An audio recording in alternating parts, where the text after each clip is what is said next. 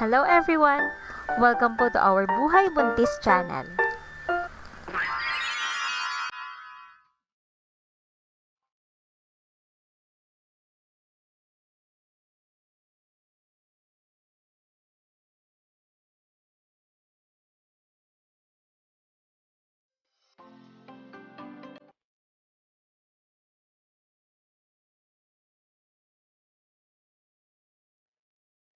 Nagpa-ultrasound ka at nakuha mo na ang results.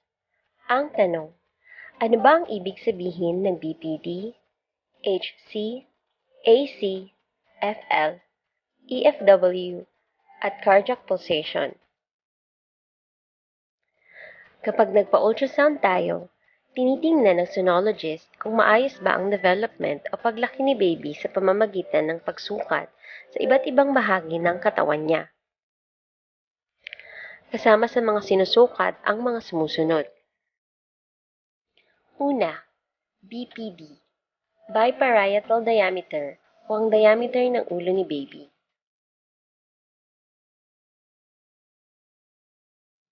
Pangalawa, HC, head circumference o ang distansya sa paligid ng ulo ni baby.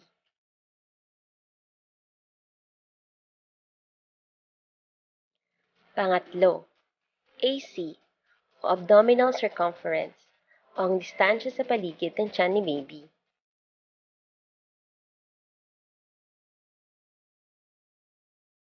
Pang-apat, FL, femur length o ang haba ng buto sa hita ni baby.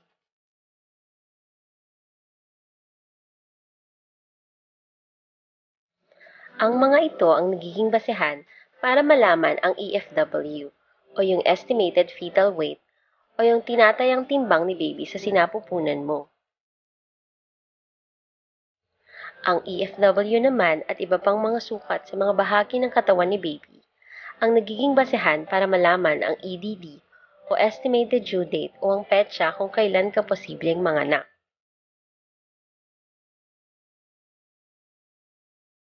Ang cardiac pulsation naman ay ang bilang ng heartbeat ni baby bawat minuto. Ang normal na average ng heart rate ni baby ay nasa pagitan ng 110 hanggang 170 beats per minute. Nakasulat din dapat sa resulta kung adequate o sapat ba ang amniotic fluid o panabigan ni baby. Mahalagang magpa-ultrasound at sumangguni sa doktor o midwife para mabantayan ang pagdevelop ni baby sa sinapupunan. Kung meron po kayong mga tanong tungkol sa pagbubuntis na gusto niyong sagutin ko, i-comment niyo lang po sa video na to. Next time po ulit. Thank you for watching.